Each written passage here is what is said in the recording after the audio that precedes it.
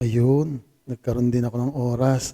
At saka pambili na ako ng beer kasi ako na ang gumawa eh.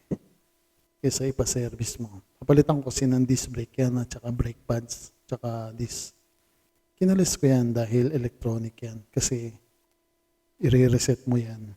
Kasi hindi mo siya may tutulak ng ganyan pagka hindi mo ni-reset ng counterclockwise. Ayan, bago mo i-push.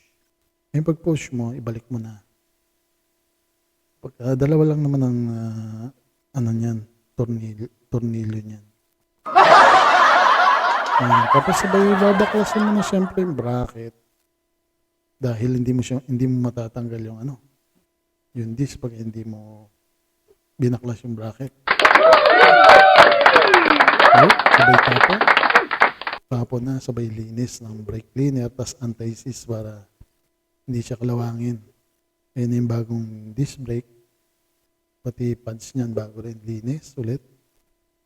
Pagkatapos kinabit ko na yung bracket, yan ang hahawak ngayon dun sa caliper na na nireset ko at pinush ko sa original. Brake nga pala yan, yung sa likod. Tapos yung front, bukas na. Tapos siyempre, higpitan mo. So, huwag mo kalimutan yung mga spring. Spring yan, may spring din yan eh. Tapos sabay, higpitan mo na.